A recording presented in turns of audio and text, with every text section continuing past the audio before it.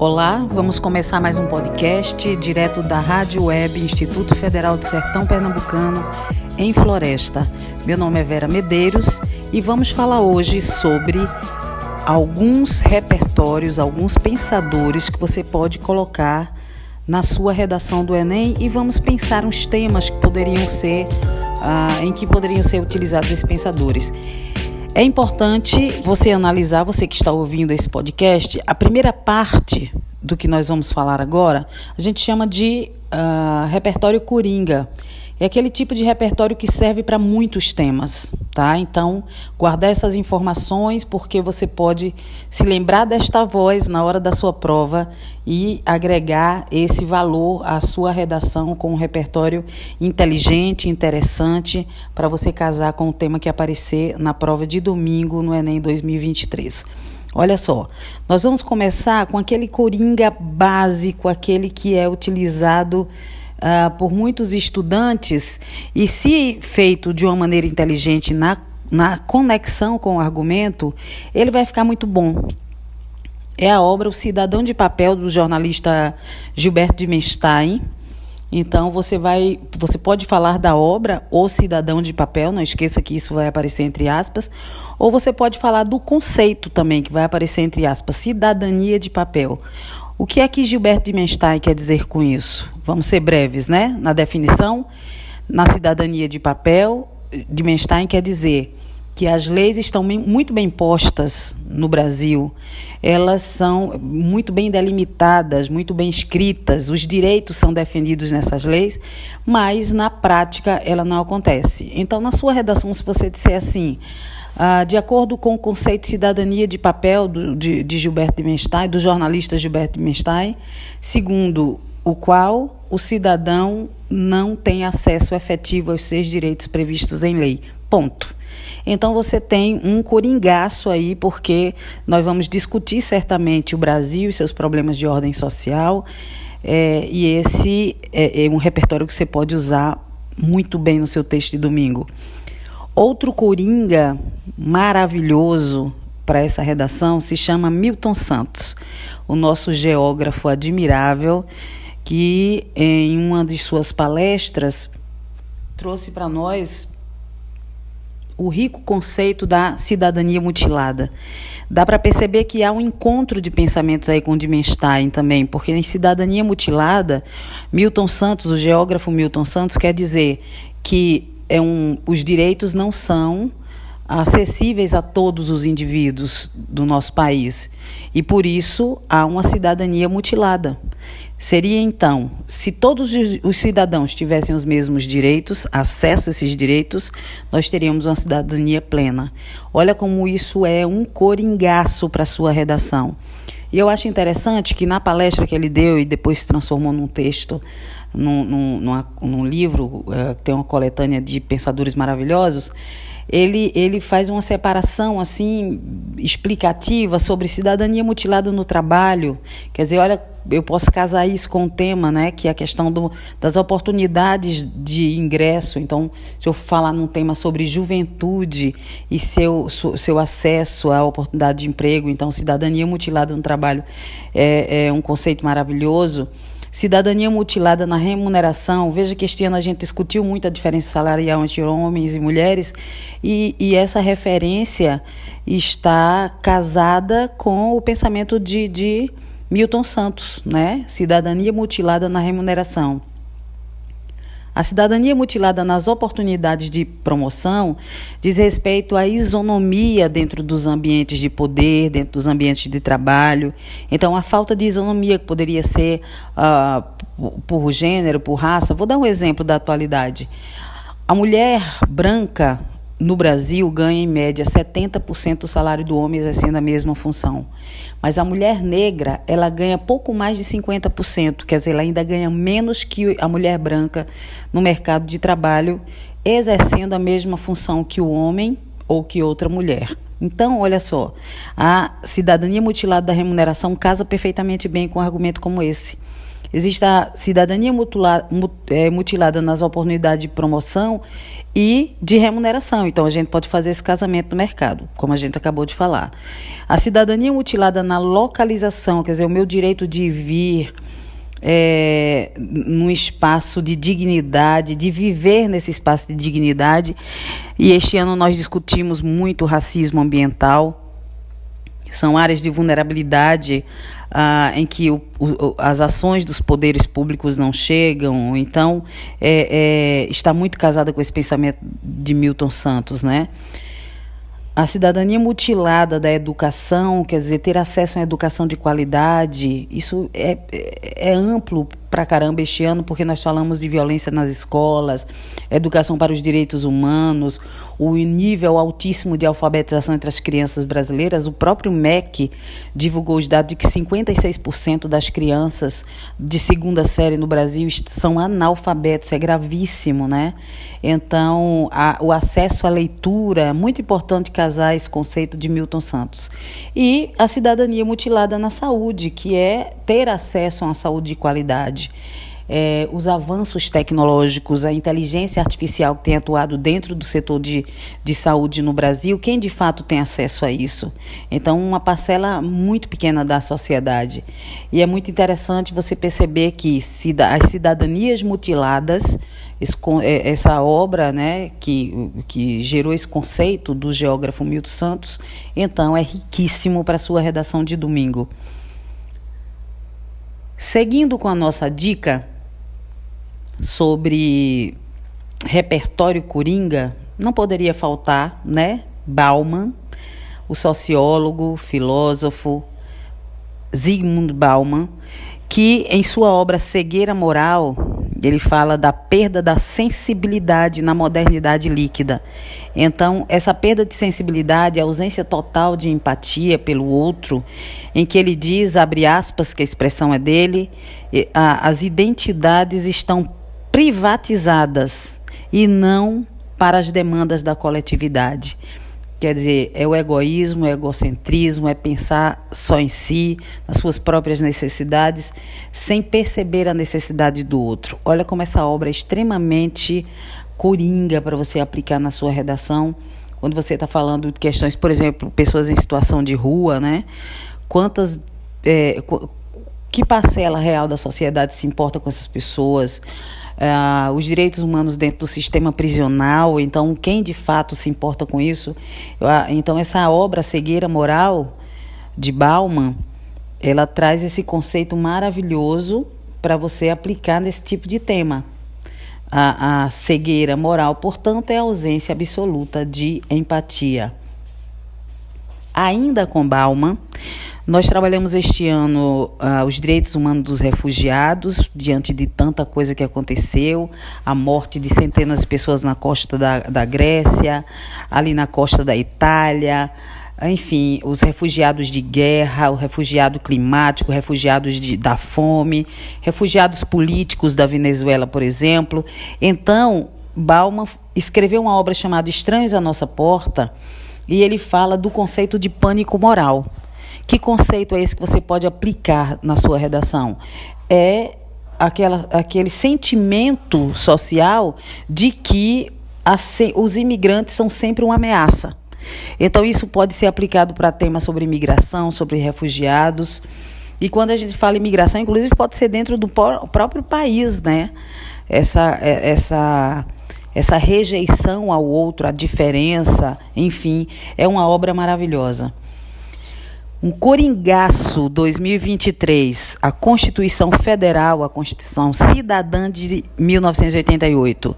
Vamos pegar um artigo que é amplo, muito amplo para as questões sociais, o artigo 6º da Constituição Federal, que diz que são direitos sociais a educação, a saúde, a alimentação, o trabalho, moradia, o transporte, o lazer, a segurança, a previdência social, a proteção à maternidade, a infância, assistência aos desamparados. Veja, como o artigo 6º da Constituição Federal é amplo e ele é maravilhosamente um coringa para você utilizar na sua redação, não esqueça isso. E pelo óbvio, para fechar esse primeiro bloco de coringas, né, de repertório coringa, a Declaração Universal dos Direitos Humanos, que está fazendo 75 anos agora. Então, são 30 artigos maravilhosos, lembrando que os direitos humanos, ela é inerente a qualquer ser humano, a qualquer indivíduo. Nasceu, você já é, né? Você já é um indivíduo com direito a ter acesso ao que prevê a Declaração Universal dos Direitos Humanos e direitos que inspiraram os direitos fundamentais na nossa Constituição Cidadã e várias constituições ao redor do mundo. Então, veja, eu tenho na Declaração Universal dos Direitos Humanos a não discriminação, o direito à vida, a não escravidão,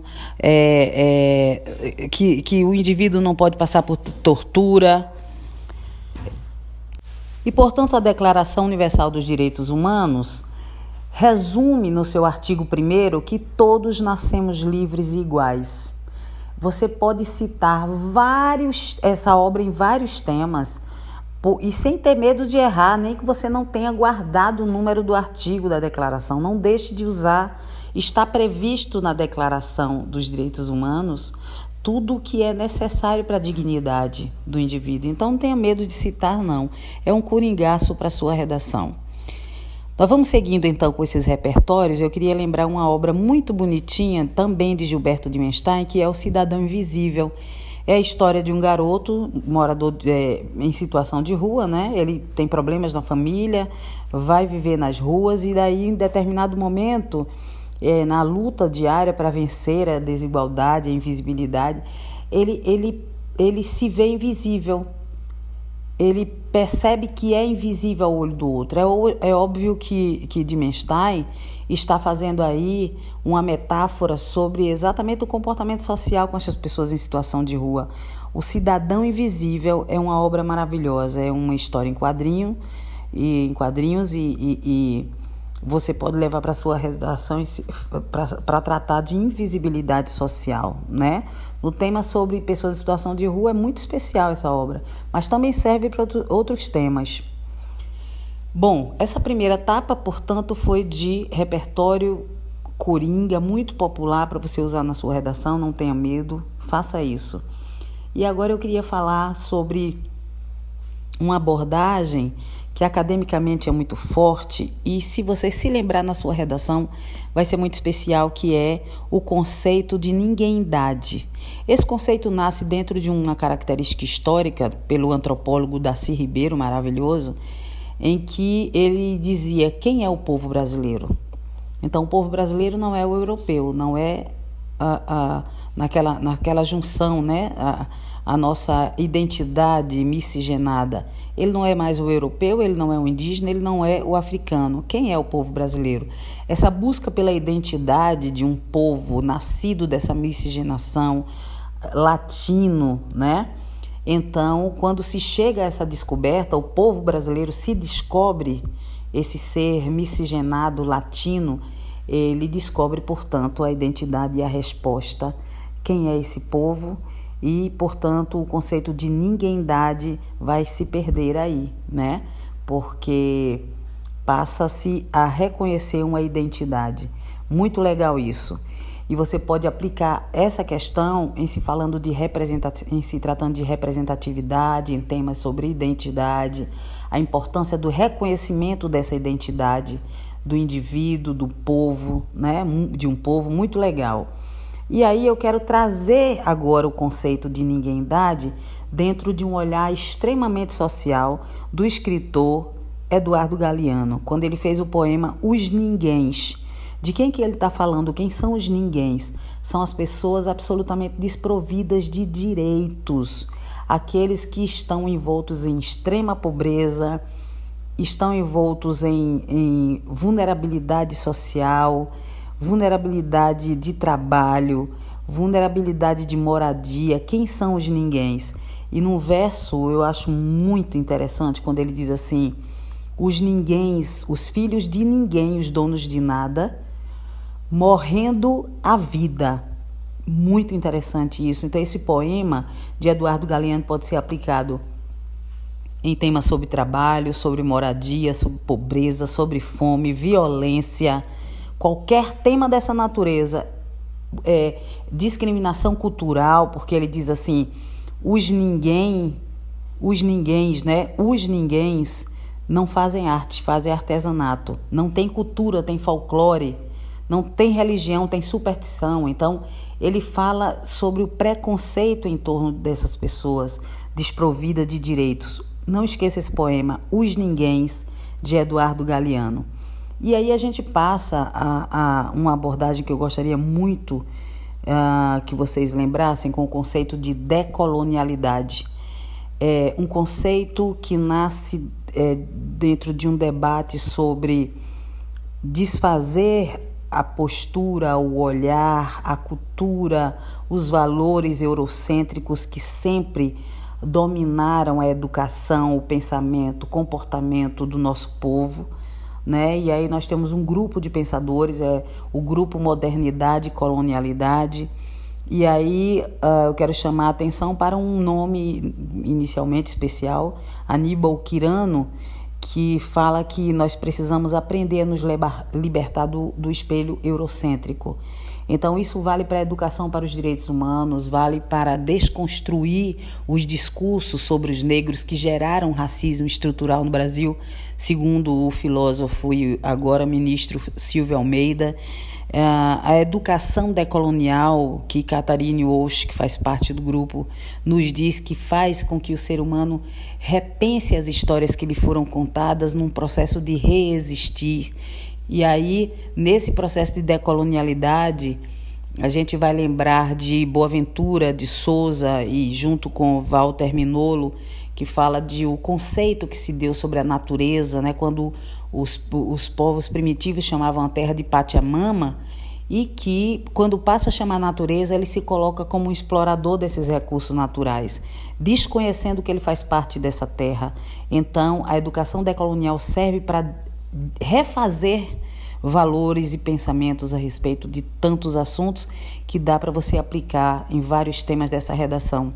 Isso está intimamente casado, por exemplo, com a pesquisadora decolonialista chamada Maria Lugones, que se dedicou a falar da decolonialidade de gênero.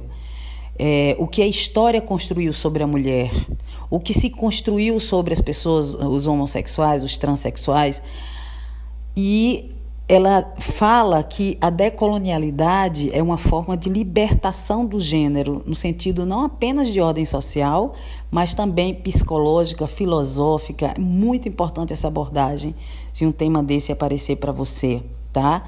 E para finalizar, essas duas figuras maravilhosas, chamada de Chimamanda Adichie, que trata exatamente na sua obra o perigo de uma história única. Isso é muito decolonial também, que nós ouvimos a vida inteira sobre povos, sobre gêneros, veja como está casado o discurso, inclusive com Maria Lugones. E o perigo da história, de uma história única, e isso é uma coisa que se põe entre aspas, vai nos mostrar que preconceito, que violência nascem dentro dessa visão única, né, a respeito de povos e de pessoas, de grupos, de sociedades. Por fim, não vamos esquecer Ailton Krenak, com a sua obra Ideias para Adiar o Fim do Mundo, neste momento em que nós estamos vivendo profunda crise climática, guerras, ameaças à existência humana. Ailton Krenak é um presente com a sua obra Ideias para Adiar o Fim do Mundo. Isso casa muito bem com vários temas, e estes dias nós falamos sobre o relógio do juízo final, que é um relógio criado ali no pós-guerra, Segunda Guerra Mundial, em 1947, para mensurar os riscos ao planeta. Então, por exemplo, estamos vivendo, segundo muitos cientistas, a época do antropoceno, em que o planeta está mostrando que as marcas humanas estão claras sobre ele, está respondendo isso com uma grave crise climática. O antropoceno é a ação do homem sobre o planeta, a ação maléfica do homem sobre o planeta, e Ailton Krenak trata disso na sua obra, muito legal. Queridos, nós fizemos aqui uma coletânea de pensadores, de conceitos para você usar na sua redação do Enem 2023 como repertório das várias áreas. Eu tenho certeza que isso será extremamente útil para você e nós tivemos o prazer aqui de falar de figuras fantásticas da nossa história, de pensadores modernos. Então, aproveite tudo isso na sua redação e nós vamos ficar felizes com o resultado final disso. Eu sou Vera Medeiros, estamos falando da Rádio Web do Instituto Federal do Sertão Pernambucano no Campus Floresta e até a próxima.